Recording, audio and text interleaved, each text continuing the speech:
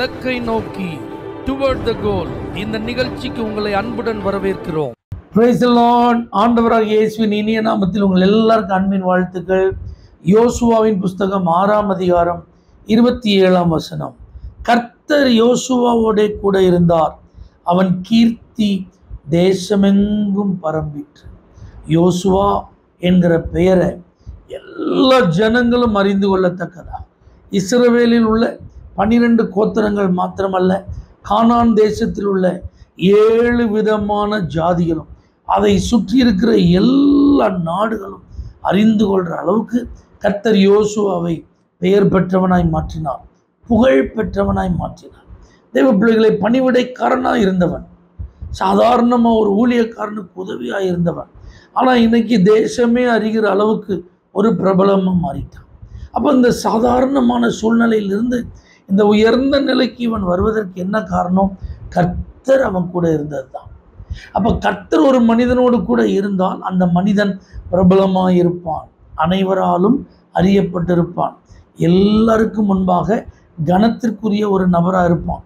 அவனுடைய பெயர் எல்லா இடங்களிலும் புகழ் பெற்றதாக இருக்கும்.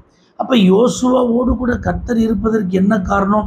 வாலிபன் நாட்களிலேயே கர்த்தர் வாசம் பண்ணின ஆசரிப்பு கூடாரத்தை விட்டு பிரியாமல் இருந்தவன்.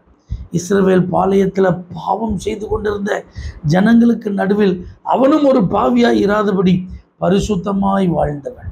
கர்த்தர் அவனுக்கு தலைமைத்துவத்தை கொடுத்து கட்டளையிட்ட போது, இந்த நியாயப்பிரமாண புஸ்தகம் வாயை விட்டு பிரியாதிருப்பதாக, இரவும் பகலும் அதை நீ தியானித்து கொண்டிருப்பாயாக, இந்த வழியில நடப்பதற்கு நீ கவனமாக இருப்பாயாக என்று சொல்லப்பட்ட போது அதை அப்படியே கடைபிடித்தவன். எல்லாரையும் பார்த்து சொல்கிறான், நானும் என் வீட்டாருமோ என்றால் கர்த்தரையே சேவிப்போம். இதெல்லாம் பார்த்ததுனால தான் கர்த்தர் அவன் கூட இருந்து அவன் பெயரை பிரஸ்தாபப்படுத்தி தேசங்களே அறிந்து கொள்ளக்கூடிய அளவுக்கு ஆண்டவர் அவனை உயர்த்தினார்.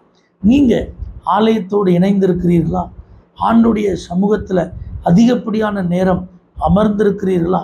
தேவன் நமக்கு எழுதி கொடுத்த வேத வசனங்களை வாசித்து இரவும் பகலும் அதை தியானிக்கிறீர்களா?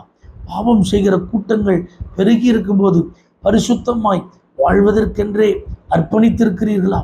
யார் ஆண்டவரை விட்டு பின்வாங்கி போனாலும் நானும் என் குடும்பமும் ஆண்டவரை விட்டு பின்வாங்க மாட்டோம் என்பதில் நீங்கள் உறுதியாக இருக்கீங்களா? இப்படிலாம் இருந்து பாருங்க. யோசுவாவோடே கூட கர்த்தர் இருந்து அவனுடைய கீர்த்தியை தேசமெங்கும் பரப்பின ஆண்டவர். அந்நிய தேசத்தில் அவனுடைய பெயரை பிரஸ்தாபப்படுத்தினது போல உங்களையும் ஆண்டவர் எல்லா இடங்களிலும், நீங்கள் அறியாத இடங்களிலும் பிரபலமாய் மாற்றி உங்களை ஆசீர்வதிப்பார்.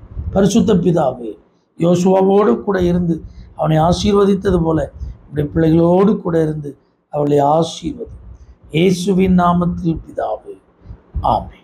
For prayer contact, Pastor J. J. Kumar, El Shaddai Ministries, 9500252586, Surandai.